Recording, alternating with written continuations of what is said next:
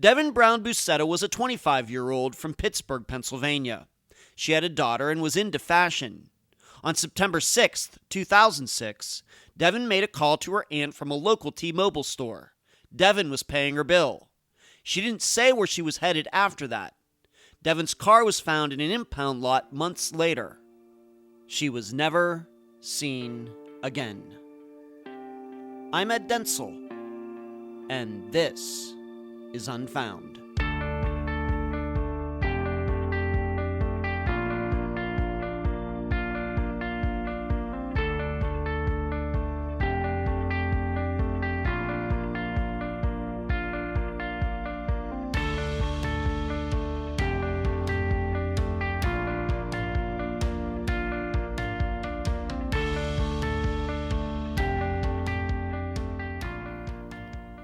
Looking at the title for this episode, and depending on your interests and life experiences, a few different things may come to your mind. For you biblical scholars, you recognize that it comes from Exodus 2:22 in the Old Testament. For you literature experts, the first thing that comes to mind is the 1951 novel by Robert Heinlein, in which a human born on Mars comes back to Earth. And for the headbangers out there, you will recall the Iron Maiden song from their Somewhere in Time album, generating some of the coolest heavy metal artwork ever. Once again, for any of the choices, it depends on your perspective. The interesting part is Devin Brown-Boussetta could probably relate in some way to all three. She was raised a Christian and most likely knew the Exodus passage. Like Heinlein's main character, Devin was living in a new world. She was from Florida and had only lived in Pennsylvania a short time. And Devin, although I don't know if she was an Iron Maiden fan, was certainly into art and fashion, loving to change her hairstyles and wardrobe at a moment's notice, always wanting to be trendy and cool, like the band. But for us today, our job is to figure out what happened to this stranger in a strange land.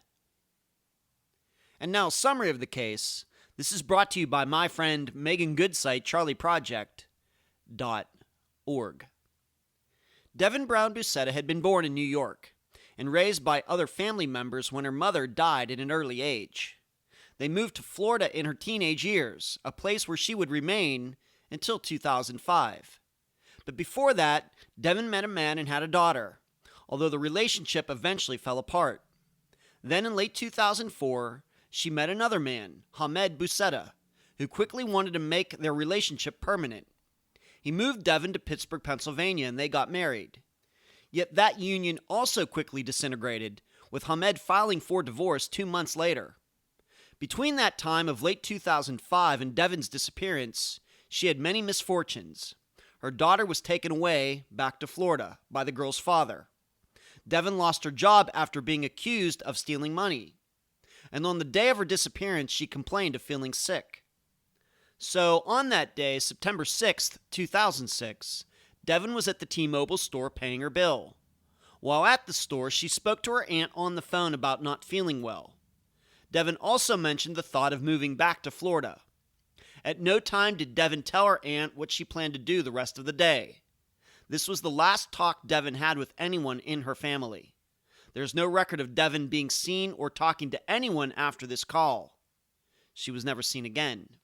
3 months later, and well after a missing persons report had been filed by her family, Devin's car was found in a city impound lot.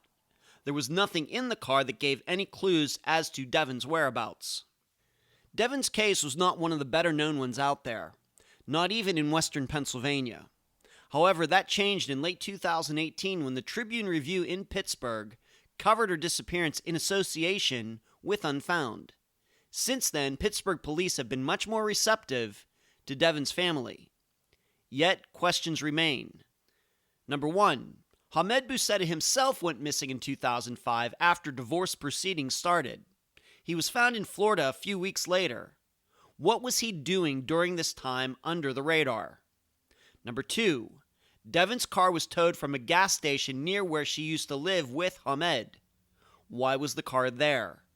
And number 3, could illegal business practices with one of Hamid's connections in Pittsburgh be the reason Devin went missing? Devyn's family believes foul play is involved in her disappearance, although they continue to be hopeful she is still alive. The guest for this episode is Devyn's aunt, Wilshire Counsel. Unfound News. As you've already heard, this episode's case is one the Trib and I worked on at the end of last year. And for those of you wondering, and being that I haven't mentioned it, I'm not working with the Trib for 2019. I had a really good time helping them cover Western Pennsylvania missing persons cases in 2018. I hope we move the cases forward in some meaningful way. And I expect before 2019 is over, Unfound will be covering some of the other cases I worked on with the Trib. Next, there's been a lot going on behind the scenes at Unfound. With the help of some confidants and former guests, we have been working on a cluster of disappearances where it seems the stories done on the cases at the time were incomplete or, frankly, inaccurate. I hope to be able to bring these cases to the public before the end of the year. But given that we are going back and checking sources and trying to talk to actual witnesses, I make no promises on the time frame. This is what I meant when I said last week that the reason the books have been delayed is because Unfound is getting deeper into the investigation of cases where it looks like the mainstream media made assumptions and mistakes. Finally, I think I found a new place to live. Yes, here in this area. However, the last time I said that, the owner of the place decided to up the rent above the advertised price. I am hoping that doesn't happen this time. Supposed to move in on May 1st. I'll keep you posted. Where you can find Unfound. Unfound supports accounts on Podomatic, iTunes, Stitcher, YouTube, Instagram, Twitter, and Facebook. Contribute to Unfound at patreon.com/unfoundpodcast. This week I need to thank Tammy, Cheryl, and Angela. You can also contribute at PayPal, unfoundpodcast@gmail.com. That is also the email address. Merchandise, the books at amazon.com in both ebook and print form. Don't forget the reviews. Shirts at myshopify.com. Cards at makeplayingcards.com. And please mention Unfound at all true crime websites and forums. Thank you. I'm so happy to have on this episode of Unfound the aunt of Devin Brown-Boussetta, Wilshire Counsel. Wilshire, welcome to Unfound. Thank you, Ed. I appreciate you having me on. You're very welcome. Let's start here. You are Devin's aunt, but you two are very close in age, right? That's right. Devin's mother, who is now deceased, but Devin's mother and I were sisters. And Devin is 3 years younger than me. So we grew up more like sisters than we did aunt and niece. That's interesting. Was that kind of weird, or did it seem very natural? It kind of came natural. Actually, my mother, because Devin's mom passed away when Devin was really young. And prior to that, she had some issues, so she really wasn't able to raise Devin on her own. So my mom pretty much raised Devin. So we always lived in the same house when we were kids. And so it was just pretty natural because we were close in age. And for me, it was nice because my two sisters were so much older than me. Devin's mom was 18 years older than me, and my other sister was 15 years older than me. So it was nice to have someone around my age to kind of play with. Yeah, I'm sure. And I'm guessing that, did you go to the same school? So you were 3 grades ahead of her or something like that, or not? 3 grades ahead. We went to the same school in elementary. We eventually moved to Florida, but we grew up in New York. And so in New York, you could kind of choose the school you went to as opposed to having a zone school. Okay. So we went to the same elementary school, but then I went to a different junior high school. They had different specializations in high school, so forth and so on. So that's how that ended up. Okay. And would you say, how close were you? Would you say you were best friends or just good friends, or how would you explain it? I would say we were like sisters, Like sisters, and okay. we were close in age. Mm-hmm. So, as we got older, it was kind of not really a competition, but we were very Mm-hmm. close in age. So she had her friends, I had my friends. We would argue sometimes, but it was just like like sisters are. Okay. Okay. And what were some of the things that Devin was into that you remember? Of course, being close to her age, you might have seen Yeah, some of these things close and personal. What was she into? absolutely. Devin was definitely into fashion. She Huh. always loved the newest thing, and she wasn't afraid to like she was one of those people that would cut all their hair off, and then try a new style. She was definitely into music. She loved dance. She loved writing. And actually, she was in the process of she wanted to start a business called Youth in Music, and so that was the things that she liked. She was definitely full of life. Mm-hmm. Okay. And so you were 3 years ahead of her, but somehow you ended up in Florida. That's where you live. And hmm then Devin ended up in Florida. How did that all happen?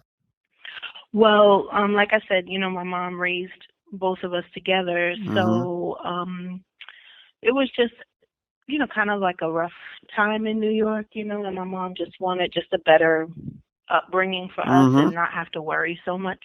Mm-hmm. And so she relocated to Florida, and that's how we both got here. And we were Mm-hmm.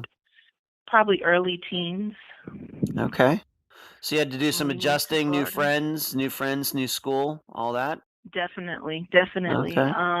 So it was it was Mm-hmm. definitely a huge transition. Um, Mm-hmm. but we Okay. eventually adapted to it.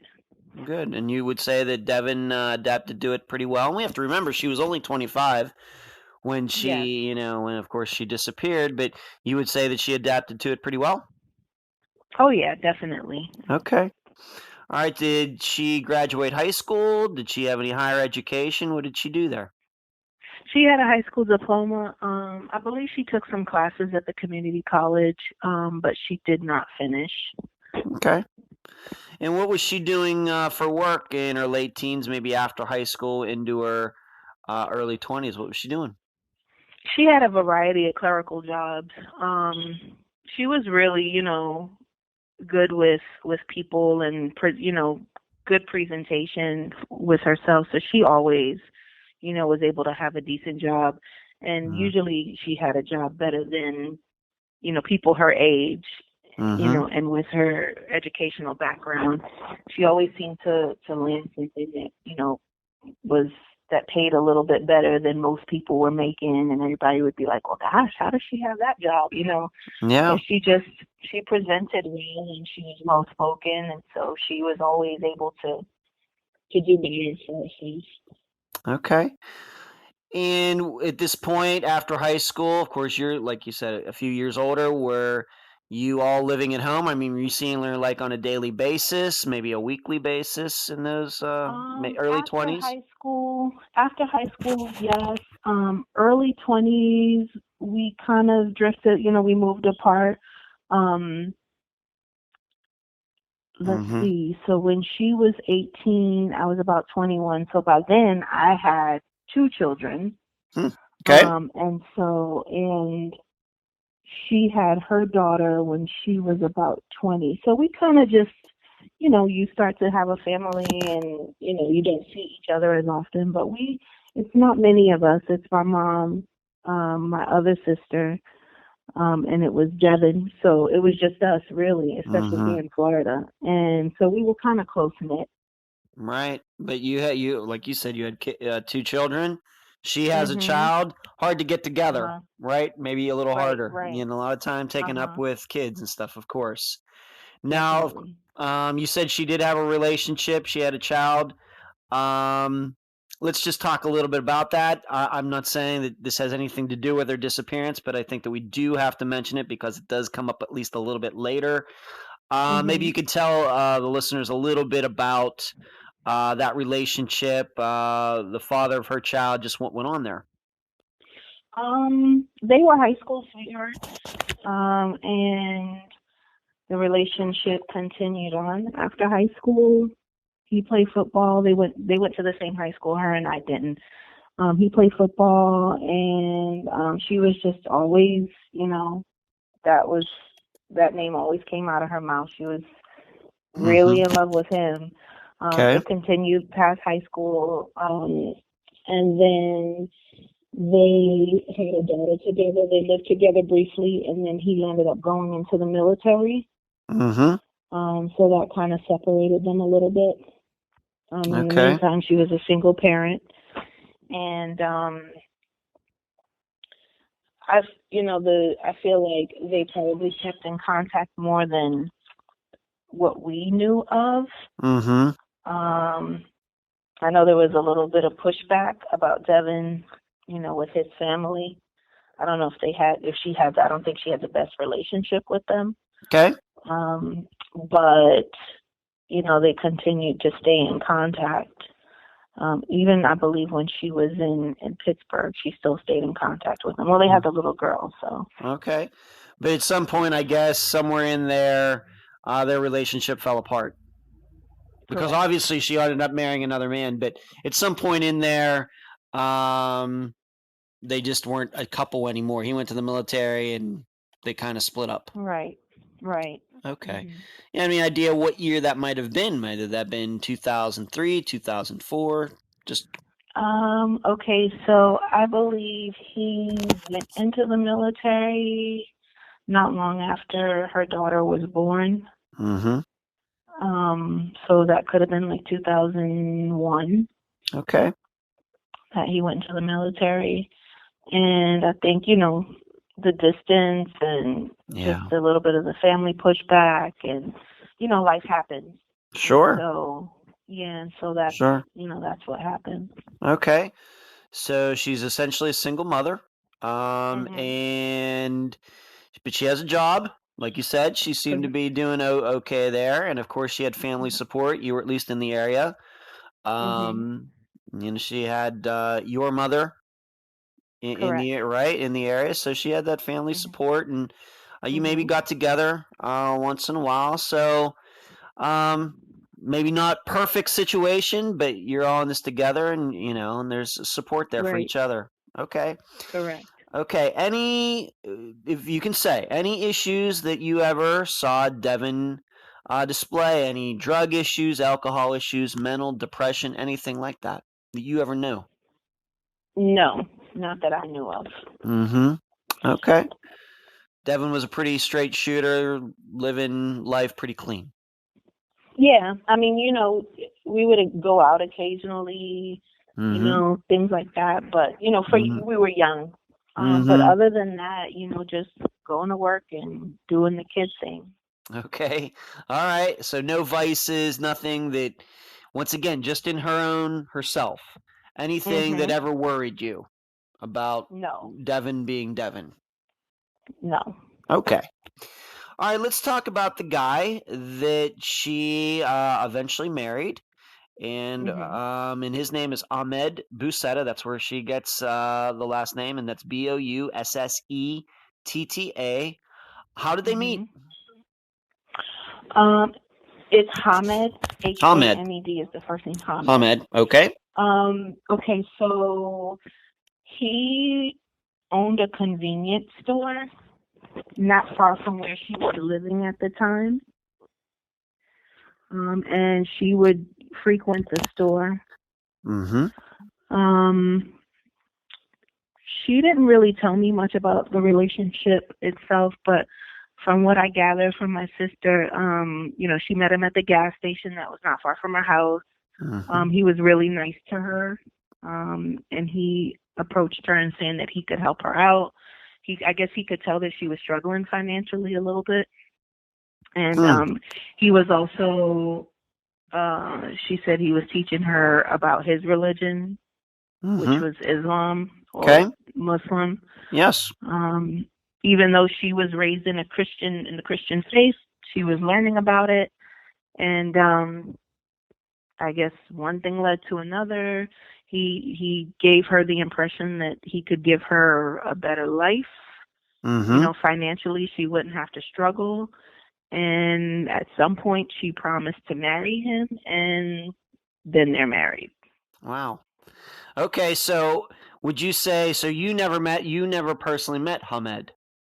No, Never. Even though you're living in the same city as Devin, of course you're close in age, she never brought him over to introduce her to you to him ever.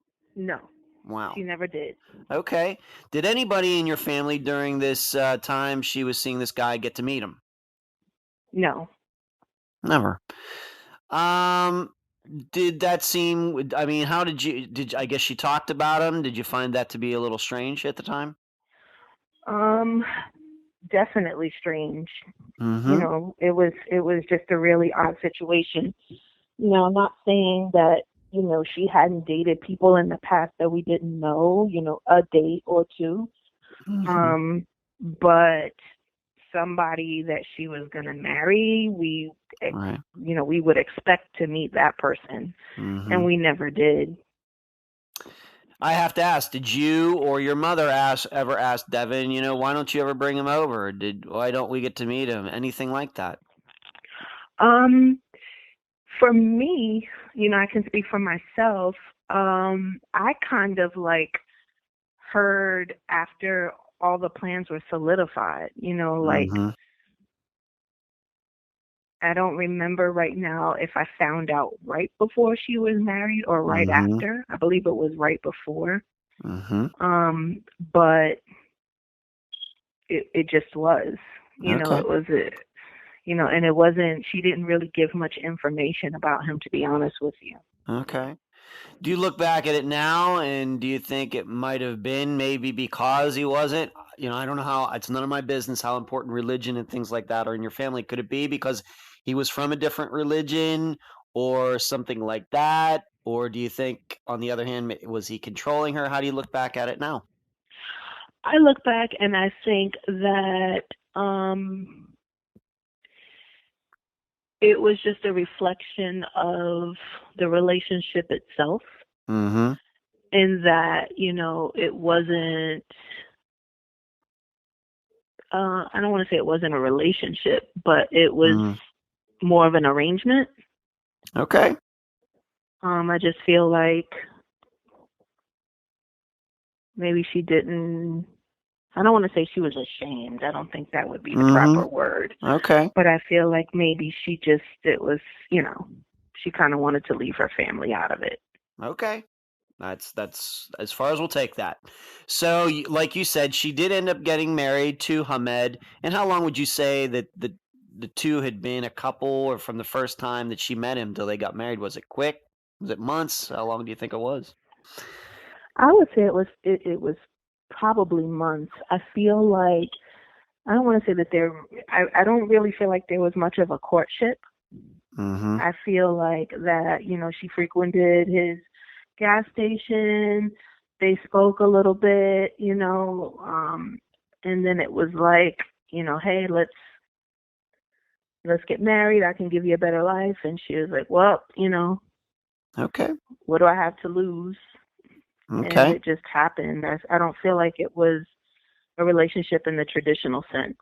Okay.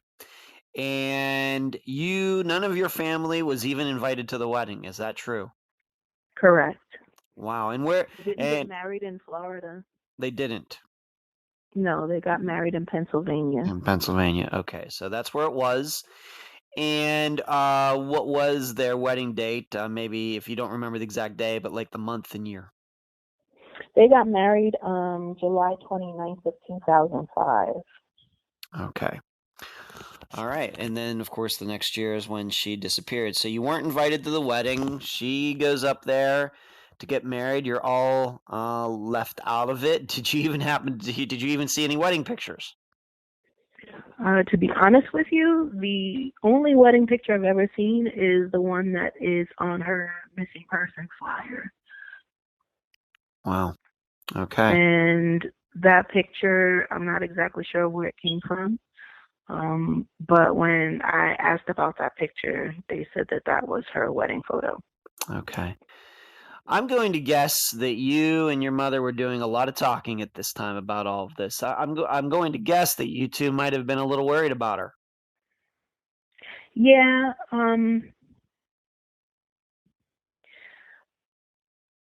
I, I don't even know how to explain it. It just was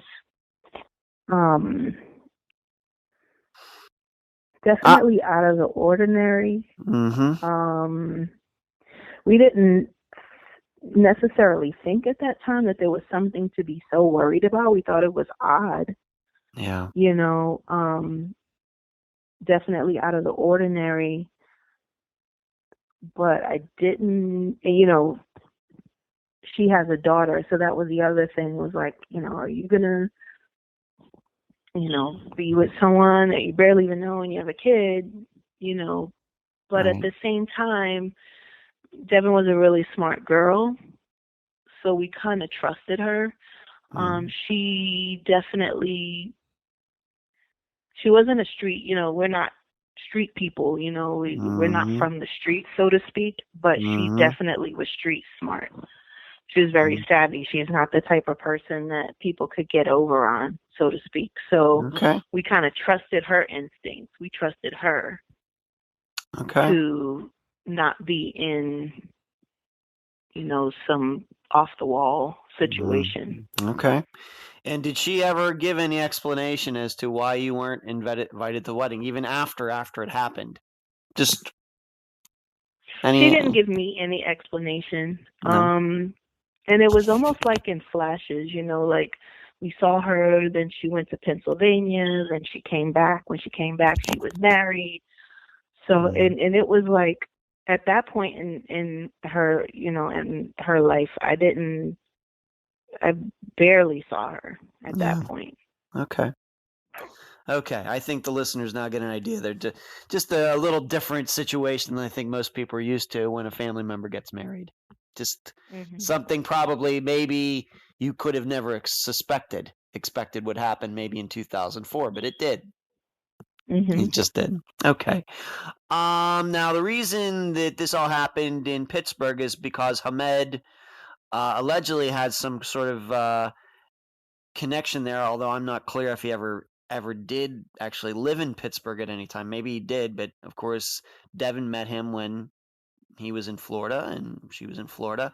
What was that connection? Was that a family connection, or would have been able to find out about that?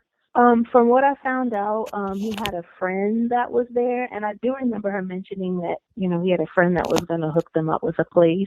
And his friend Ron Kashi, he owned a place there and rented it out to them. Okay, and we'll talk about him a little bit later, but he was a businessman in the Pittsburgh area that somehow Hamid knew from somewhere. Correct. Right, and you don't know, and I don't know how they even knew each other in the first place. Right. We don't know. Okay. All right, so just to sum this all up, she gets married in Pittsburgh, even though she had lived at least her later teen years into her 20s in Florida. She goes up there. She gets married. Now, is her daughter with her at that point? Yes. Okay, so she takes her daughter, and we'll get into that in a moment. So she's in Pittsburgh, and I realize some of this stuff maybe is stuff you found out afterwards, but starting in Pittsburgh, she and Hamid and her daughter are living there. Of course, sometime in mid 2005. What's she doing? Did she get a job? What have you learned about that time? Okay, so what happened was when they got to Pittsburgh in the beginning, she didn't have a job. When she was with Hamid, she didn't have to work. Okay. So she didn't have a job. She just kind of stayed at home, and she was with her daughter. Okay. And then, that situation changed. Okay.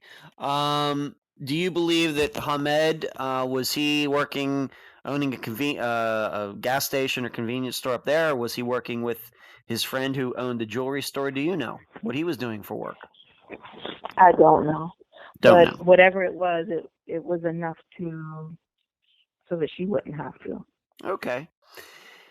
And so she's married. Were you talking to her? Do you ever talk to her on the phone? Did she ever talk to your mother on the phone while she was there?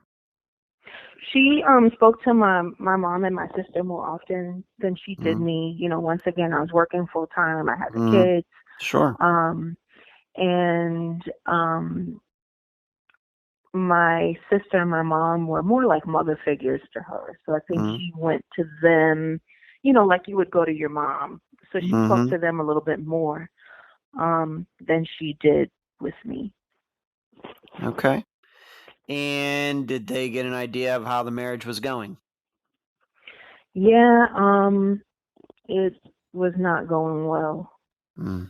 I guess whatever he told her he was going to do, he didn't end up doing it.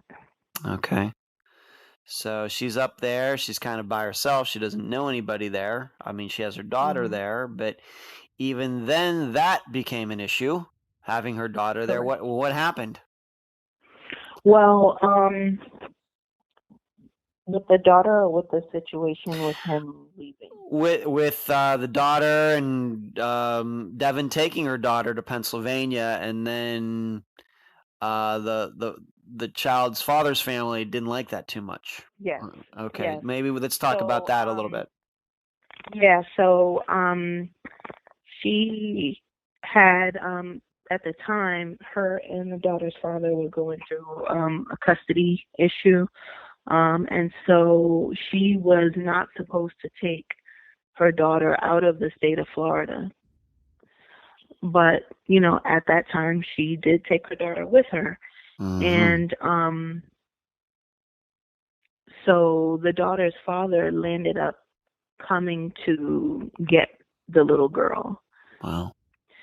From what I learned later on, he was, you know, he came to get her because Devin shouldn't have had her in Pennsylvania, number one. Right. And number two, I guess Devin had confided in him that the husband was tied to some radical Islamic group and so forth and so on. And so he didn't want his daughter involved in any of that. So he came, and him and his brother, which was going to school in Pittsburgh or in Pennsylvania at the time, I believe in Pittsburgh.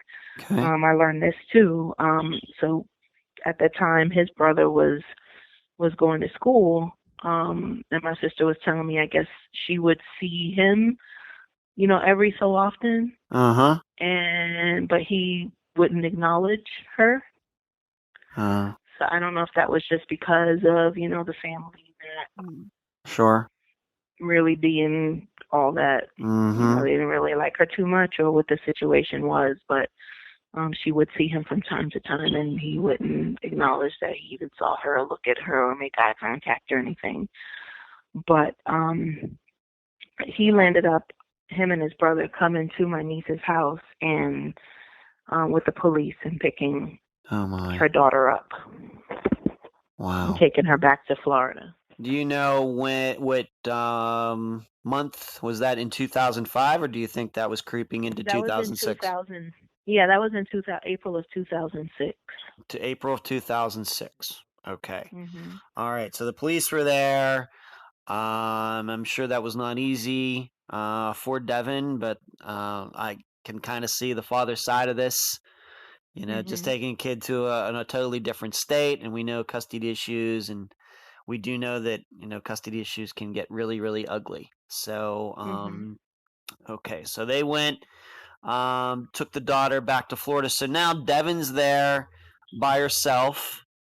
And then on top of that, as she was telling your mother that on the phone, that the marriage wasn't going very well. And in fact, I have it in my notes here that it was only a few months after they got married, July of 2005, that Hamid was already talking about a divorce. Correct.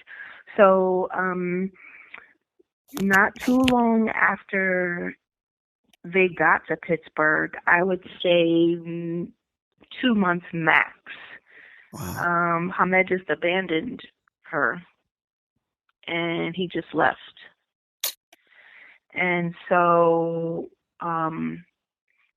she ended up filing a missing persons report on him because she didn't know where he was, and most people would say, well, why would she even care if the relationship wasn't going well, and so forth and so on. But remember, she didn't have a job, and they had bills. Right. And Right. so, Sure. yeah, so she ended up putting out the missing persons report, and then I guess he was located in Florida at the time. So I guess you could say he snuck back to Florida without telling And her. if you look at correct. If you look at the paperwork, they were married on July 29th of 2005, and he was putting in the paperwork for the divorce on September 15th of 2005. So that's not even 2 months. It's like 6 weeks. That is so crazy. And then around that, like you said, at some point still in 2005, he went missing himself. So before she goes missing, he goes missing. Correct. Okay. And then, all right. Wow. Okay. So September 2005, he is the one who's filing the paperwork, and he's missing, and they find him. Do you remember how long he was missing before they found him? I don't. Okay. I honestly don't. Okay. All right, man. It just seems to me, my perception is so many things went bad so quickly. Correct. Yeah. So quickly with all of this. At that point, I mean, we have to remember that the divorce had kind of got a little out of the timeline, but he makes submits the paperwork September 2005, but they don't come and get her daughter until April of 2006. Correct. All right, so we kind of got that flipped around. But in all of this, do you think there's any reason that Devin just didn't say the heck with this and just come right back to Florida? Any ideas on that? Well, you mean after the daughter was Well, once removed? she got served with the divorce papers, and I'm going to I think it. guess, I'm going to guess that Devin knew having her daughter in Pennsylvania probably wasn't totally 100% legal, quote Mhm. unquote legal. That it would have just been at that point, if she knew she was going to get divorced, the heck with it. I'm just going back to Florida where her support is. Any ideas? Yeah, she was in the process. She had contacted, for lack of a better term, like a legal aid society type of deal, and they were trying to help her appeal, and trying to help her, gain custody of her daughter the right way.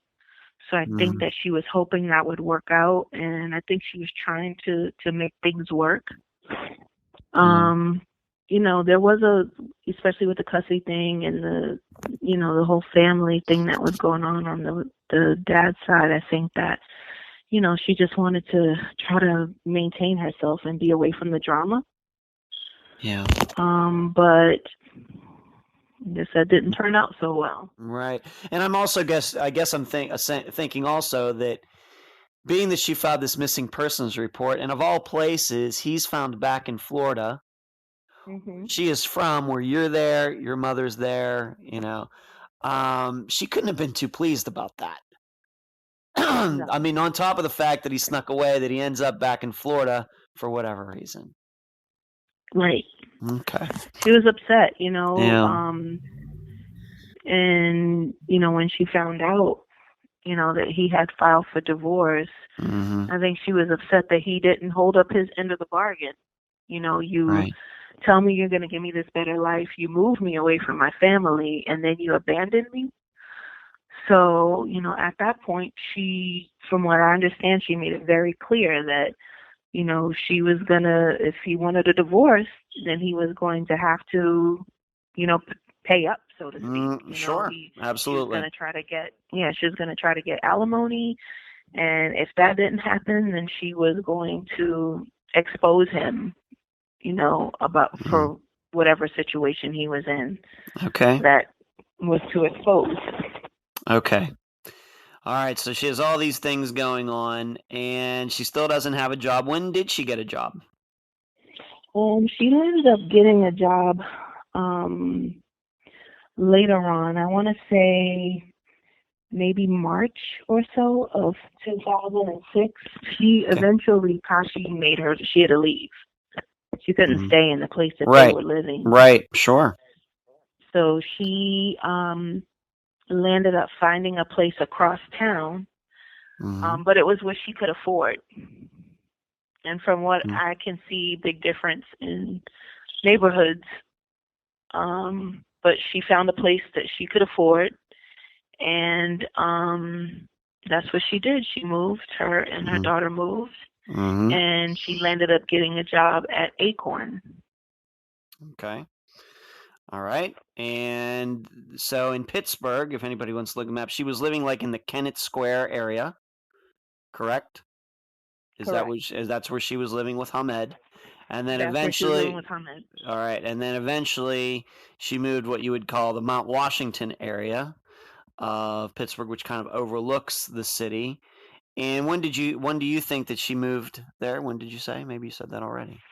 Well, according to the paperwork that I looked at, the custody paperwork, which was in April of 16, they still had the Kennett Square address, but my sister said she had moved from there just a couple months prior, because when the daughter's dad came to pick her up, she was living at the Southern Avenue address. So she had already moved at that point. Right, so she probably was only living there a couple months. Okay. All right, so she was there. She's working. She found a job. She's taking care of her daughter somehow while she's working. I don't know, daycare or something like that. But then, of course, her daughter gets taken away, so she's there by herself. Through all this, is she still talking to your mother and your sister there in Florida? Yeah. Actually, until she could find a job, they were helping her out a lot. They were sending her money. They were sending them clothes. My sister even opened up a credit card at a retailer so that she would be able to get, put her on as a person, so she would be able to get, things that she would need for herself and her daughter. Okay. And so they were very, and at that point in time, they were very close in contact, because if she needed something, that was her go-to. Okay. And so Hamid files the paperwork in September 2005, but even at the time of her disappearance, they were still married. So was Devin putting up a fight? Was this some legal wrangling was going on? Or did it have to do with, like you said, alimony and things like that? Was that the reason they were still married? From what I understand, I don't think she disputed the marriage itself, but she did want to try to collect alimony from him. And I think, if at that time, if that would have gone through, then she would have signed the papers, and that would have been it. Okay. All right, so we got this all going on. The divorce papers, her having to find her own place. She's living with her daughter for a while. Then the daughter gets taken back to Florida. And then what happens next? And of course, she still's married, legal wrangling going on, but she has this job at Acorn. But something goes wrong there too. Then she got let go from that job. Do you know when that happened and why it happened? Well, she ended up getting fired from that job. I'll start with that. Okay. From what I understand, a girl that Devin had become friends with told us that she was fired from Acorn because I guess it was during the housing crisis, and they were supposed to be helping people save their homes. Yeah.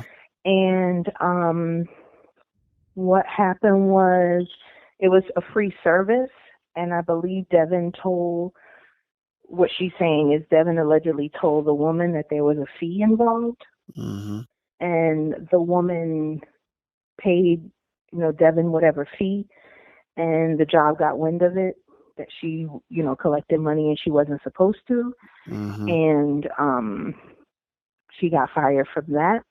But then my sister told me that what Devin told her was that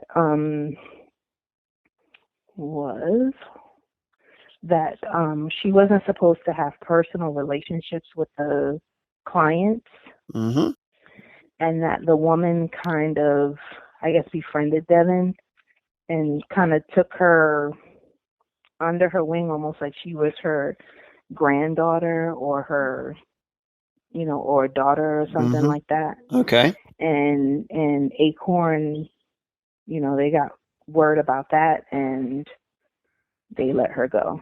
Okay. Wow. How long did she work at Acorn, and how long, she got fired from this job? How long was that before she disappeared? She disappeared the day after she lost her job, from what I understand. I don't think I ever knew that.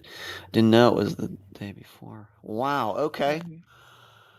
All right. And so you didn't, I guess, learn about her getting let go from this job until later? Your family, Well, yeah. or maybe did she call home the day it happened to let people know, or is that something you found out later? She called. I'm trying to think. She called on September 6th, and she spoke with my sister. Or maybe that was the day. No, that was the 5th. She called and she spoke with my sister, and she was very, very upset. And as she should be. When she told my sister, she was like, I lost my job, and I lost my daughter.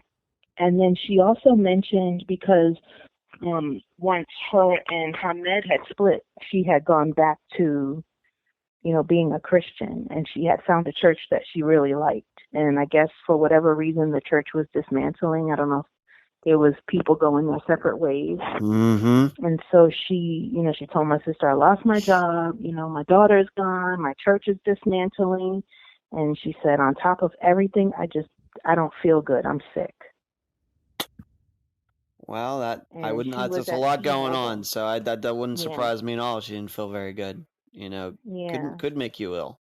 Now, I should say that there seems to be maybe a little bit of a discrepancy between maybe what the information you've collected and your sister's collected and the official information, for example, on NamUs and on the Charlie Project. Because if you go there, the disappearance date is September 5th, whereas your sister, who talked to Devin, really believes that she talked to her for the last time on September 6th. Is that right?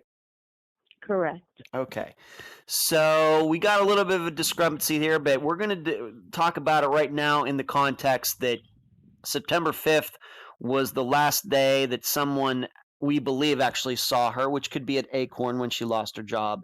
September 6th, though, is the day where she talked to your sister, so there is at least proof that she was still around at that time. Okay? Yes. All right. So the listeners should understand from now on, that's how we're going to refer to this. So on September 6th, as we talked about just a little bit ago, she was at T-Mobile, your sister believes. Yes. Okay. She went in to pay her phone bill. And I guess while she was waiting to pay her bill, her and my sister spoke. And, at that time she was very upset, because she had so much going on. Right. And, she told my sister, she said, I lost my job at Acorn. At that time, Devin had, returned to Christianity. And so she had found a church that she really liked and seemed to be connected to, but for whatever reason, the church was dismantling. And so that was very upsetting to her as well. So she said, I lost my job. My church is dismantled. My daughter is gone. She goes, and now on top of everything, I feel like I'm getting sick. And, my sister had to pick my nephew up from school at that time. So she told her, listen, I'm going to call you later. She said, I have to pick my son up from school. And she told her, she said, maybe you should just come home. Maybe you should just come back here. Yeah. And Devin was like, yeah, maybe I should. That sounds like a good piece of advice. Yeah, that sounds like she that's said, some we'll good talk advice. about it later. I'll call you this evening. And, never spoke to her again. Okay. So besides that phone call, to this day, do you know, you or your family, or maybe the police told you, do you know anything else about what happened on that day after your sister talked to her while she was at the T-Mobile store? No. None. Okay. Do you even know what T-Mobile store it might have been in Pittsburgh?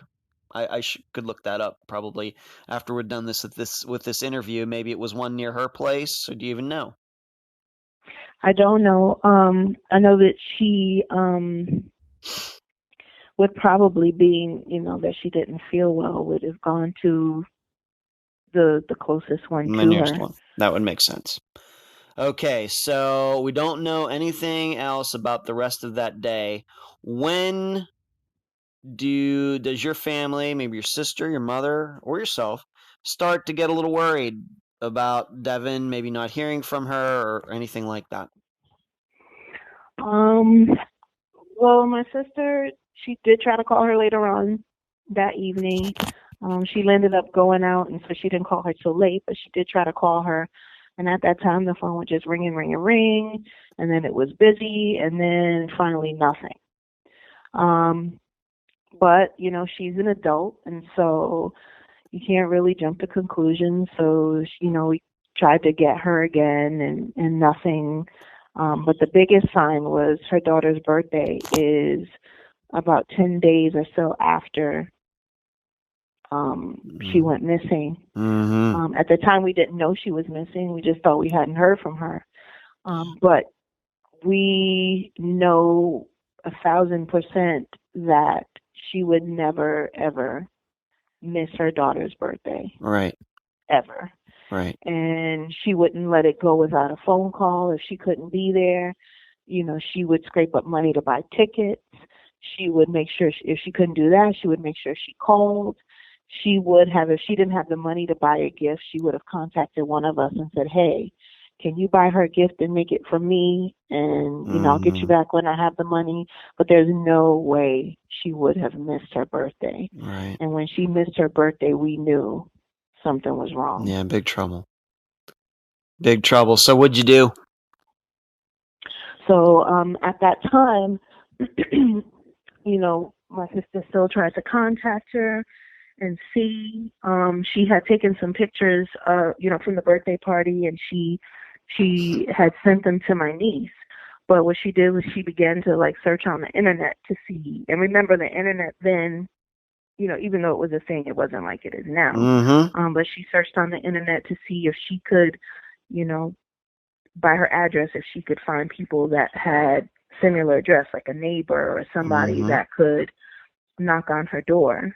Right. And so she said, my sister called, she said about 7 people, and she had left messages, and one person called her back. And it was an older gentleman named Carl Mazzaro. Huh. Okay. And he called my sister back. And it was just a crazy situation. He didn't know Devin, but he recognized her because he lived right across the street. And so he, an older gentleman, they, if he was retired, this is just something I'm coming up with. Sometimes they will just kind of look out the window and see what the goings on of the neighborhood is. Of course. And so he said he would see her out early in the morning to go to work and then return home. He even mentioned to my sister that he remembered when she moved in. But he could literally see, where she lived from his apartment. Okay. He did tell my sister that he knew the landlord and that he would try to, help her, maybe by trying to get into the apartment and see if, do like a welfare check. Sure. Well, that was nice of him. Told her. You had a nice guy. A good, really nice. Yeah, good. Found a good guy there. Good. Yeah. And so he ended up contacting the landlord. My sister too also told him, she said, hey Carl, I mailed some pictures to her of her daughter, can you check her mailbox and see if they're in there? And when he went and looked, the envelope with the pictures were in there, and he actually sent those pictures back to my sister. Huh. He finally got the landlord to open the door, which I called and I left a message, and they actually called me back and left a message. And then when I called them back, I had to leave a message again. So I haven't spoken to him, but that landlord still owns the building.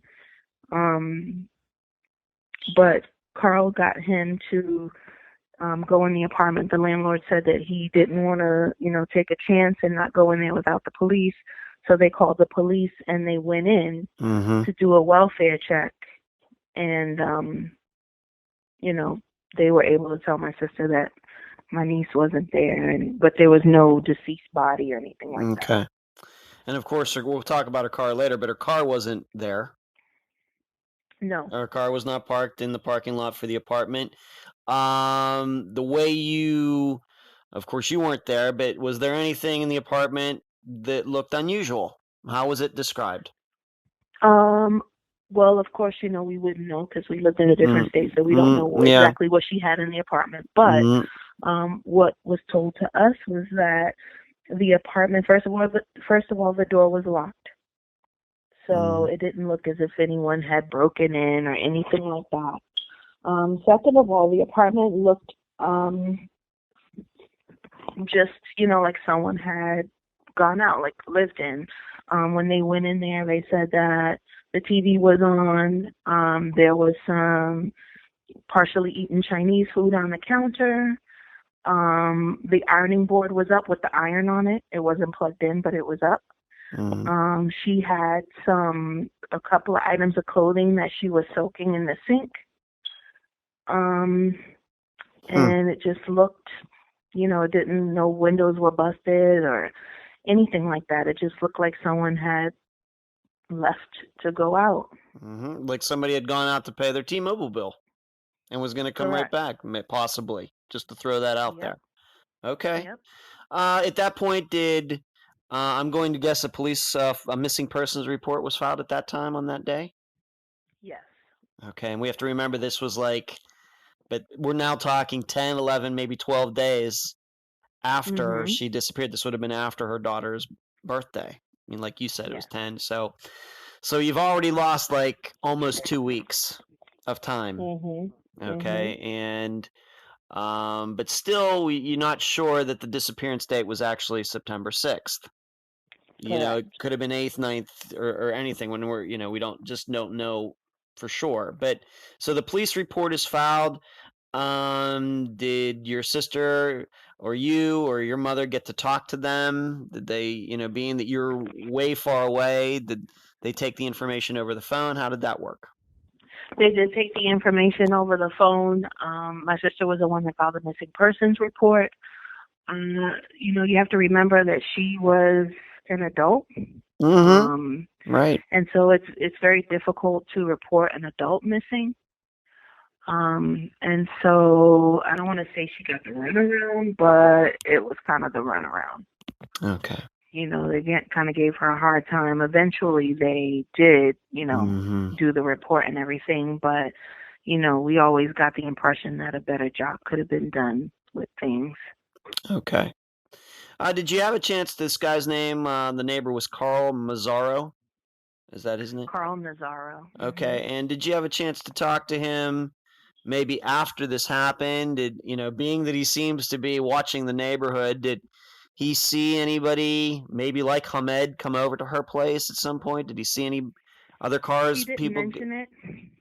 He didn't mention it. My sister did stay in contact with him for a while. And because he was, he could see her apartment from his, he would, ask him, do you see a light on? Do you see maybe a shadow of a person? Anything like that. And he didn't have any information, he didn't say that he saw anybody. Okay. And we have to remember he really wasn't supposed to be looking for anybody either. So, you can't really blame him. That he even did what he did was a huge help to you. It was just, being that he was the only one that called back. Okay. So she's missing. This is now the middle of September to late September.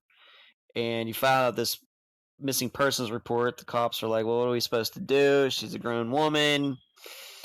But we do have the rest of the case. And I do want to start with this. And we mentioned Devyn's car. Eventually, it did pop up. And how did you find out about that? Where was it found? And this is actually some new information that you just discovered recently. Why don't you tell the listeners about that? So, we always thought that the car was found by the Southern Avenue address. That has always been my understanding. And because, we're here and the police are there, we could never really get like solid answers about anything. The officers have changed several times on the case. Right. But finally I talked to this really nice female detective, and she looked through what she could look through at the time when I spoke to her. And what she told me was that Devyn's car was found near the Kennett Square address. So where she lived when she was still with Hamid. Correct. Okay, and I looked that up. It's a lot closer driving than I thought, but about 10, 11-minute drive between where Devyn was living before she disappeared and where she first lived when she moved there. So about 11 minutes away from her apartment. Okay, so you found that out. That's a good piece of information. Please continue. Yes, it was at a gas station. And so I don't know exactly when the car was reported, but we received a tow notice in the mail in December. And it said that the car had been towed and it was taken for investigation by the police department. And I guess they looked in the car to see if they could get any information from the car. The detective said, looking at the records she had, there was no blood or anything like that found in the car. And at the time that, back in 2006, 2007, when we questioned about the car, what we were told that it was just an average car. She had a lot of papers in there, some clothes and like some junk, maybe some empty, soda bottles or something like that. Right. But otherwise unremarkable. And so are you saying that when they sent you this tow notice, why did the tow notice get sent to Florida? Was the car or whose name was it in? Why would they even know to send it to Florida? It was registered in my niece's name, but the address for the registration and everything was still Florida. Oh, okay. Okay, and did the car have a Florida license plate or a Pennsylvania license plate? Do you even know? I'm not 100% positive, but I believe she maintained her Florida license plate. Okay. So that kind of car would have stuck out with the different license plate, but you're saying that you don't know, you got a tow notice in December, but did that tow notice say when it actually had been towed, when it had been found there and then towed away from that gas station? Do you know? Right. It doesn't say when it was reported, but it did say that the police took it into custody on the 22nd of December. Okay. Do you believe at that time when that car got towed away and then got impounded at the police lot that they knew that it was connected to Devyn's disappearance? Did they put that together? I don't think at the time they knew that. I think initially the car was probably towed for being there for so long. Okay. And then they connected the car.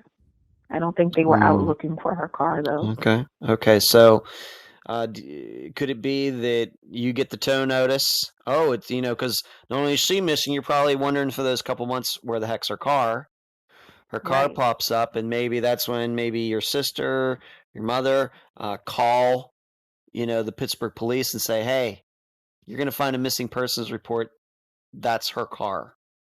Do you think that's how they put it together? Or did you think the police did it on their own? I'd be surprised if they did it on their own. That's why I'm asking. Yeah, no. I believe it's exactly what you said. Okay. That they sent the notice to my mom's house, Mm-hmm. and then we contacted them and told them that it belongs to my niece who's been missing since September. I'm going to guess when you got that notice in the mail, I mean, you didn't personally get it, but that must have been maybe a little ray of hope. Oh, our car was found, and maybe we'll be able to track her down from there. Is that might have what happened at that time, or did that go the opposite direction, that it made it even worse? For me, it made it even worse because where is she going without her car? Mm-hmm. And I understand that if Pittsburgh is, I've never been, but if it's similar to New York, then you don't really need a car. There's rapid transit, but it's just you're not going to abandon your car unless it's broken down. But they never mentioned anything about the car being disabled. No. So it just for me it just made it worse. Like, okay, there's another clue that something is awful. Right. And I'm guessing there was no videotapes from the convenience store or the gas station where it was parked. So who knows how long it sat there? No clues from that?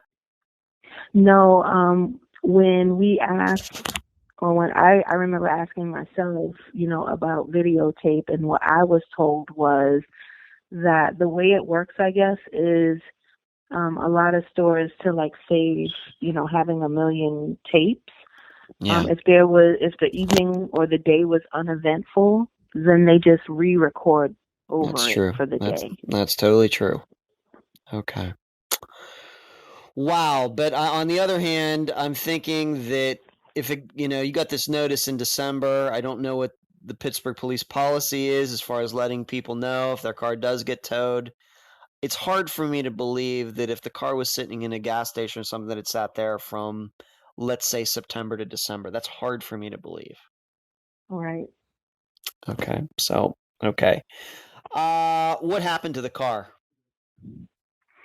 Okay, so when I spoke to the detective this week, because I asked her, how they normally handle, a situation like that, she said that once they collect whatever evidence, then the car is probably auctioned off. I asked her about the contents of the car, and she hasn't gotten back to me. She said she would check into that and let me know. Wow. So that car is long gone. I'm not saying it couldn't be found. I'm sure in some DMV report somewhere in Pennsylvania, it might be able to be tracked down. In fact, it still might be on the road. But none of your family ever saw that car again. Correct. Gone.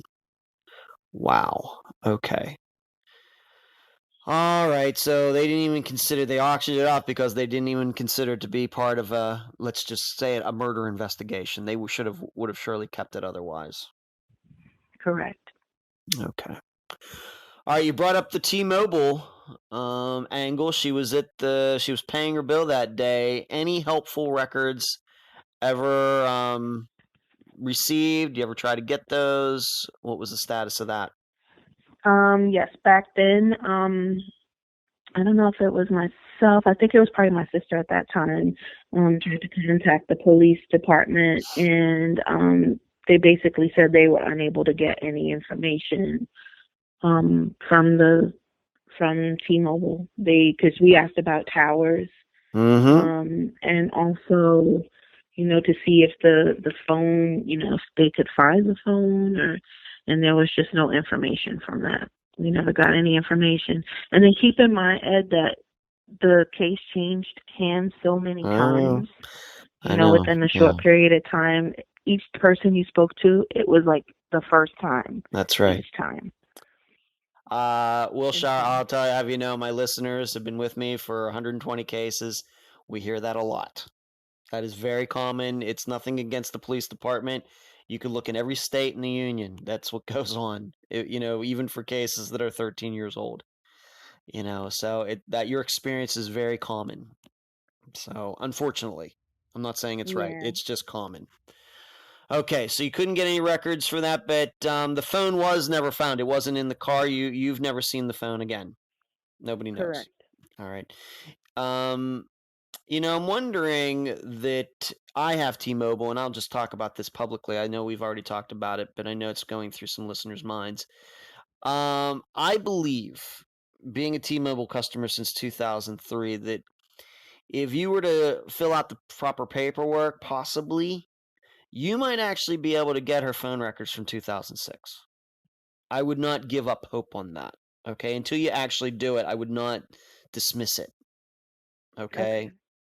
Now online, because I found out this recently, that I'm able to go back a year and a half for my own personal records online at Oh wow. tmobile.com. However, if they told me that if I want to get records any further back than that, then they send me the paperwork and I have to fill all sorts of stuff out to get it. So I realized that you and your sister, whoever else, didn't own the account, but there is that possibility. We Okay, will so definitely look so into that. yeah, you should definitely look into that. I don't want to get your hopes up, but having just had to do this recently with T-Mobile, maybe a month ago, um, you should at least look into it. So there you go. And I have a lot of T-Mobile experience. So the phone was missing. Besides Devin and her phone, anything else that you've been able to determine that is missing any of her possessions? For example, like a purse, it's gone, etc. No, not to my knowledge. Not to my Yeah. knowledge. And once again, I don't know exactly what her possessions were at that time. Right. So Okay. That's true. All right. So cell phone maybe still a possibility in 2019 is going to take a little work. Okay. What about the stuff in her apartment? Just in passing, you said that you actually called the landlord. You haven't talked to him mhm, yet, but you told me that he is the same guy that still owned the building in 2006. correct. Okay. I told you that I had we spoke personally, and I told you that I Yeah. had contacted them and Okay. left a message, and I was waiting for them to call back. And then Mm-hmm. I did get a message from someone, I believe, at his home, and said, that they had gotten my call and that it was really unfortunate that they can't believe that she's still missing. Uh-huh. And they thought that the case would have, that it would have been Uh-huh. resolved by now, and how unfortunate it was. And they left a message for me to call them back, and so I Okay. called them back and just waiting to hear back from them. Great. Well, that's positive. That's good. Yes, You know, just one yes. more connection. Okay. All right. Because the reason we're going to talk about that is because, um, being that she had all this stuff in her apartment, we don't know how much stuff she had, but you never collected it. I don't think your sister ever collected it. I don't think your mother collected it. Do you have any idea what happened to anything that was in her apartment when she went missing? So I asked my sister about it, if she knew anything about what, the contents of her apartment Mm-hmm. was. And what she told me was that, of course, she didn't know what was in there. She said, but what she was told is that they would put her stuff in storage for a little while. Mm-hmm. And then I guess after a certain amount of time, then it would be discarded. Okay, so and that's been 13 years. So I'm sure when you talk to the landlord, and it's great that they called you back. I think that's spectacular. Obviously, that'll be a topic of conversation, I'm sure. Yes. Okay, great. Maybe we should go back to Carl Mazzaro. Do you even know? Sounds like an old guy. It's been 13 years. Do you even know if he's still alive? I don't. And actually, I tried to look him up, and I wasn't able to find anything. Being Okay. an older gentleman, I still did try to see if I saw anything on social media, and I didn't. Okay. So I don't know. I asked my sister if she still had his number, and she said she hasn't had it. She looked all over for it, and she couldn't find it. Okay. All right. Well, the person we haven't talked about for a while now is Hamid. And you have to remember that you said that her car was towed away. It was found and then towed away very close to where she and Hamed lived. And is it your belief that Hamed was still living in that area? So Devin moves out, gets her own place. Do you think that he stayed in that same building or apartment house? I don't know. I know that, after he had abandoned their place, that Ron Kashi told her that she had to go, you know, and I don't know if it was just, you have to go, or the fact that, I'm sure it had something to do with the fact that she couldn't, pay to live there either. So I don't know if, she left and he came back, or if he went to Florida and stayed. I really don't know. And because we had no relationship with him, there's no way to know for sure. Okay.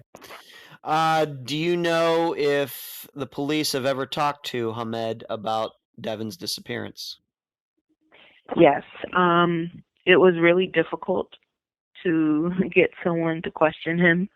However, we finally got a connection made between Pittsburgh and Orlando, and an Orlando officer went out and spoke to him.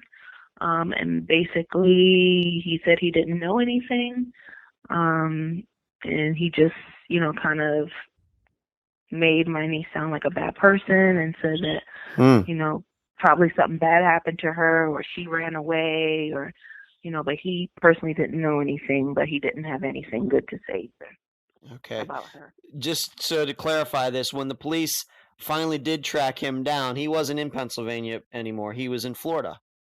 Correct. Okay, and we just don't know how long he was there, do we? No, we don't. No, we don't. Okay. Something interesting that you said to me was about the description that he gave of Devyn and how some things were left out. How did you know about that? What was this description? What was this, first of all? What was that? Okay, so when he filed the divorce papers back in 2005, on the paperwork, there's a bunch of information you have to fill out for the serving process, so that the people know, what your spouse looks like, and make sure they're serving the papers to the right person.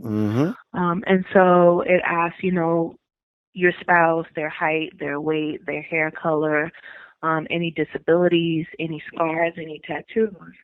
And on the questionnaire, what stood out to me was that he wrote no scars and no tattoos. But Devyn did have tattoos. And it's even on her missing persons flyer that she had tattoos. I saw that. Yeah, so I just thought that was very odd. And, I questioned my sister about it. So what do you make of that? What do you think about that? Either he's never seen her with her clothing off, or even, her arms exposed, or maybe he's not filling out the truth on the paperwork. Yeah. And she told me that Devyn had mentioned to her that he didn't want to have any physical relationship with her. So just to put it in PG terms, they got married, but they never consummated the relationship? Correct. That's what Devyn told your sister. Right, that he didn't want any type of, physical relationship with her. Wow. Which then made me wonder,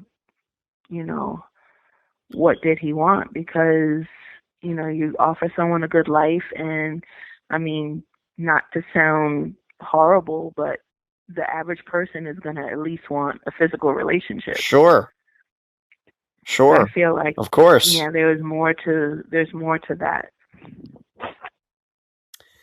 That is a hard one to understand. He went out of his way to propose to her, to marry her, takes her to Pennsylvania, and then divorces her, files the paperwork within 2 months, and frankly never has sex with her. That's hard to understand. Correct. Yeah. Okay, I don't know. Okay. Did Hamid actually end up getting his divorce granted? Yes. And when did that happen? The divorce was finalized on October 17th of 2006. She never appeared to court, and so they made a final judgment. So a little more than a month after the best date we have, September 6th, he got his divorce, and he was a single guy again. Correct. Okay. I'm guessing he's back in Florida. Have you ever, or anybody in your family ever tried to track him down and talk to him? No, we don't. Okay. Like I said, we don't have any relationship with him, and then Mhm. we don't know exactly what the dealings are. Yeah. And I mean, doesn't take rocket science. I know my niece is not here, so. Mhm. Okay. Now, we talked very early on about Hamid's connection to Pennsylvania. And you had even at one point in this conversation said, that he might have been involved in something that maybe Devin knew about. I have it written down as Alan Kashi, but you have a different first name for him. Yeah, Ron Kashi. Kashi. Kashi. Why don't you Correct. tell the listeners what went on with him after? I'm not saying the two may be related, but what happened to him after 2006? Well, later on, and this is recently that I've done some research, Mm-hmm. because I found a paper that she had that had his name on it. So I went ahead and I did some research on it, and it looks as if he's a jewelry store owner, and his jewelry store was busted by the FBI for money laundering. And I believe they were ordered to pay something like $100,000. Uh-huh. And I don't exactly know what else came of that, but I definitely found several articles Yeah, there were. about them being busted for money laundering. That is certainly true, and I will post by the time listeners are hearing our voice, and this would be this Friday.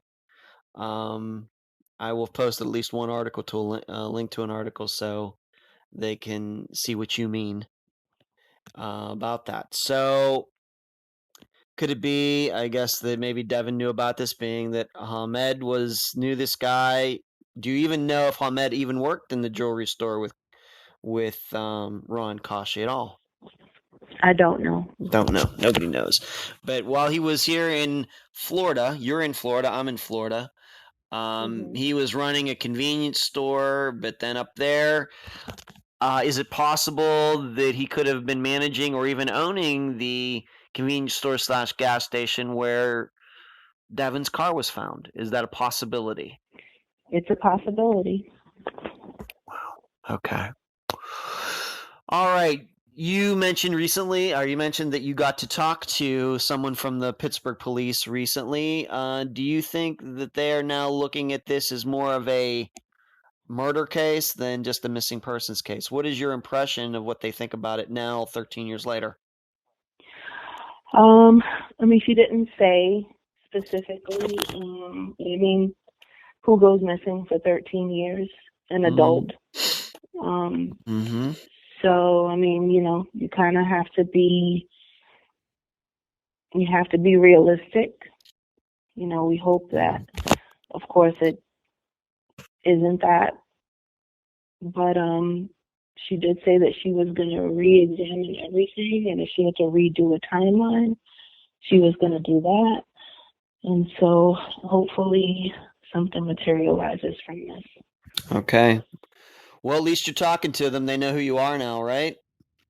Yes, And that's pretty that's a good. I good mean, thing. yeah, because after 13 years, to be able to get some time with a detective and talk in at least a little detail about a disappearance, that's a unique experience. It doesn't happen often, You're right. so, and we should mention that this was a case, if this case rings a bell to anybody who's listening, this was a case that the Tribune Review did cover at the end of last year. Unfortunately, kind of what happened in that case was that there was that shooting at that Jewish church in Pennsylvania and Pittsburgh at this almost the day before this article was supposed to come out, and it got delayed a little bit. So, all those things were going on. So if anybody is reminded that, man, I think I know this case, it's because the Tribune Review did cover Devin's disappearance late in 2018. And I'm happy that Wilshire contacted me and said, you know what, I'd like to come on and do an interview for the program. So I really appreciate that, Wilshire. I'm happy to do this for you. Absolutely. What's this been like the last, it's not quite 13 years, but what has this been like for you? Obviously, your sister has been very involved in this, and for your mother, who I guess was, Devyn's mother for all intents and purposes as she, grew up. What has this been like? Oh, can't really put it in words, Ed. Like I said, we're a very small family. It's always been myself, you know, my two sisters, my mom and Devyn. Devyn's mom passed away when I was 11 and when Devyn was 8. And so it's just been us girls, and so to not have her around is just unthinkable. Mm-hmm. It's unthinkable. And on top of that, it just breaks my heart, the fact that her daughter grew up not knowing and not having her mom and all the things, all the milestones for a little girl, especially when a mom should be there. Mm-hmm. She didn't have that. And let me make it clear, she was raised by her grandmother and she did an awesome job. She's a very smart girl. Mm-hmm. She's in college, and she's an amazing young woman. Mm-hmm. And so her grandmother did a great job. So I'm not trying to take that from her at all. Right. But, Right. there's some things you can't replace a mom. You just can't. Yeah. And so, all those birthdays and, all the different holidays, and when I did the Tribune article, I spoke to Steve and I said one of the things is for me is just, every holiday you think this may be the one, or every event you think this may be the one, and it just hasn't happened yet. Yeah. Right. Right. And you've been able to track down, and we're not going to mention her name, but I am going to talk about my conversation with her a little bit after this interview is done. But you actually have been able to talk to, I guess you'd call her a friend that Devyn made while she was in Pittsburgh. Maybe the only friend that, I don't know, I don't mean to put it that way, but it seems like these two got to know each other fairly well. And you at least got to talk to her a little bit too. Right. Yeah, and she's giving you And background. yeah, I set up a Facebook page for Devin Brown-Boussetta, and I started requesting any and everybody. And one day I got a friend request, and it was this particular friend, and she initially, was looking for Devin on Facebook. And so when she pulled up the page, she realized that it was a Bring Devin Home Facebook. And she just was flabbergasted. She couldn't believe it. And, she said, I always wondered, what happened, because they had never spoken again. And so I tried to get as much information from her as I could.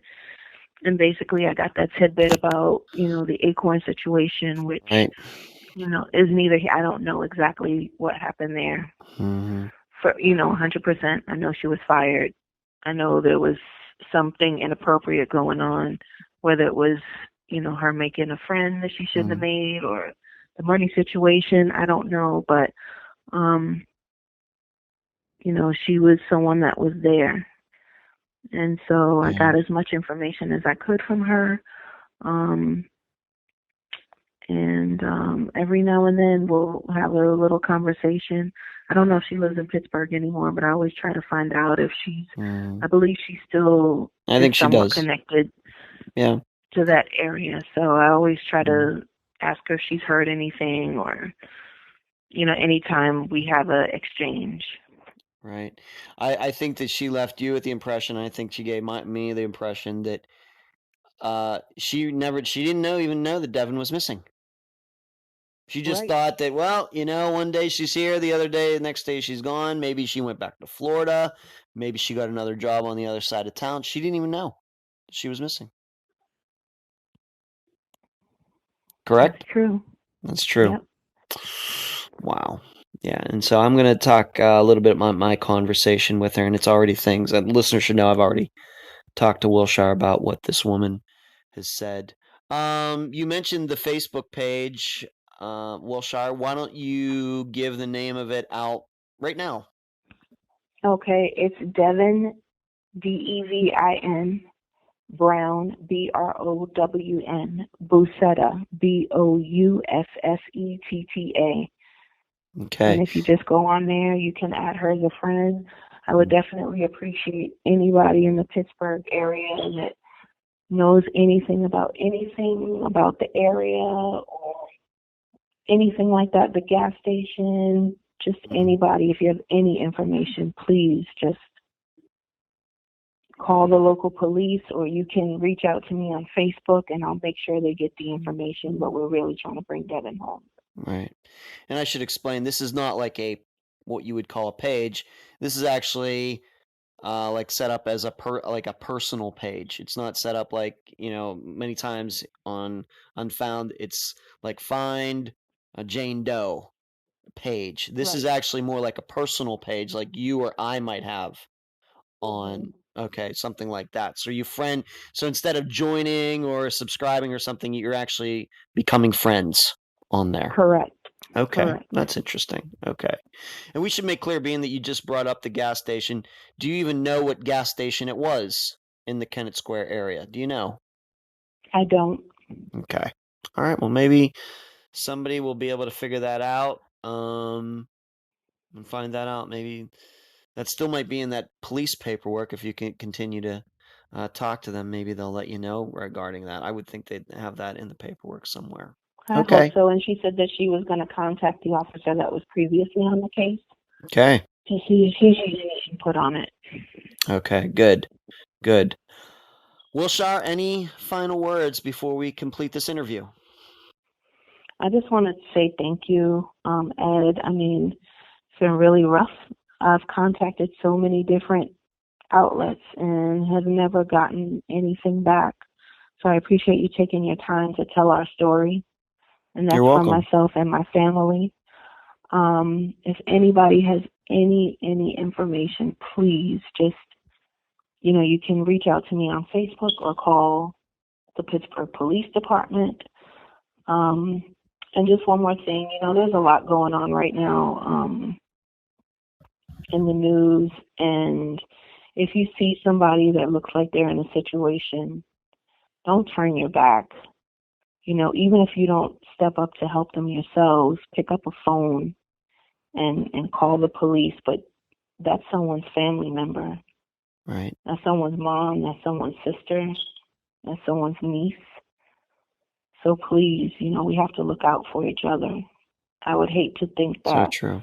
My niece could have been helped and when everyone just minded their business. All right.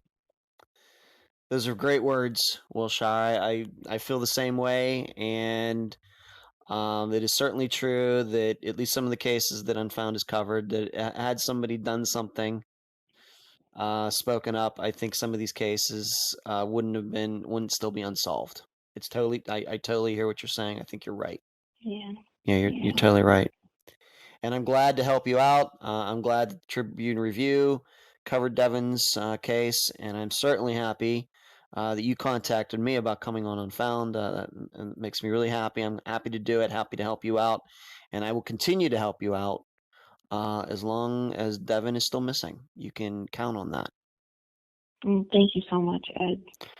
You're welcome, and thank you for coming on this episode of Unfound. Have a good night. You too. And that was my interview with Wilshire Counsel, aunt of Devin Brown-Boussetta. I thank her for joining me and all of you on the program. I must apologize that during the interview, I couldn't hear the beeping in the background of what I think was a smoke alarm with a dying battery in Wilshire's home. That's not Wilshire's fault, it's mine. I'm responsible for making sure there are no background noises. Had I heard the beeps, we could have taken care of it before conducting the interview. I hope that didn't annoy any of you too much. As I stated before, I got to speak to the one person who became kind of a friend to Devyn in Pittsburgh. I will not be using this woman's name, but we spoke a few weeks ago. Here are my notes from that conversation.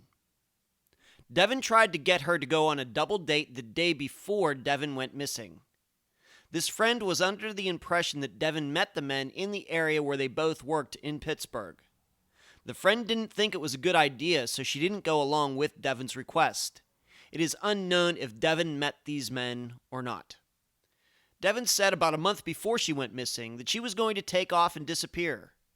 But the friend admitted she didn't think of this comment when she first heard Devyn was missing years later. The friend didn't know Devyn was missing until 2011. The friend could not rule out the idea that Devyn could have gotten involved in prostitution while she was in Pittsburgh. Why? Because Devyn needed money. She was young, attractive, and was going to be single soon. To be clear, though, this friend saw nothing factual that led her to believe Devyn started prostituting herself. The friend wasn't sure if she knew Devyn got fired or not. I didn't write that in my notes. Devyn did a lot of complaining about the father of her child. This friend never saw any bruises on Devyn. This friend never met Hamid. This friend thought there was blood inside Devyn's car when it was found. I have no idea where she got that information. This friend also heard that Devyn was seen at a homeless shelter a few days after the disappearance date. Like the car information, she couldn't remember where she heard that. It couldn't have come from any news reports because there were none. She says Devyn went missing right at the time this friend moved to a new job. One more reason this friend didn't think it was too strange that she didn't see Devyn anymore. And when she didn't get any calls from Devyn, she thought Devyn probably just moved back to Florida. And it should be explained that these two knew each other because of their work. They worked near each other, and they met one day on a lunch break and just struck up a friendship.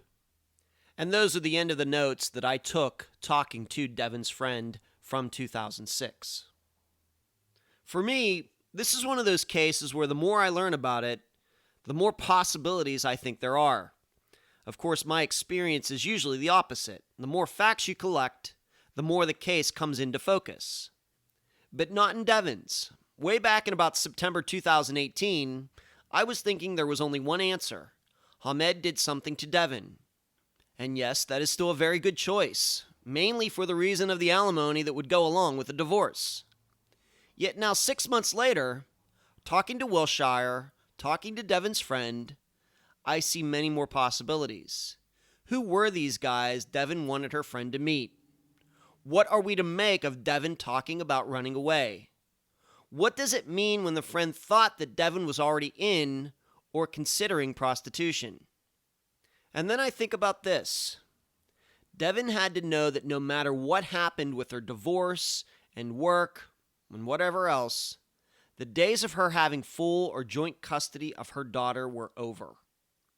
Between the father's family already not liking her and Devyn taking the daughter out of Florida without permission, the father of the daughter would have used every legal means in Florida to keep Devyn from the little girl once Devyn moved back to Orlando. There's not a lot of doubt in my mind about that. At best, there probably would have been supervised visits between Devyn and her daughter until the girl turned 18. What I'm saying is this certainly opens up the possibility that Devyn really did take off. And to be totally frank, this actually opens up the idea of Devyn being sex trafficked, because I can't ignore how quickly Hamid got Devyn away from her family. In fact, there are a lot of similarities between Devyn's case and the disappearance of Jessie Foster, who also ended up being a stranger in a strange land. I'll leave the rest of the theorizing up to you. And that's the program. If you found it informative, please go to the app that you use to listen to Unfound and give this podcast a nice review. I thank you for listening. I'm Ed Densel, and you've been listening to Unfound.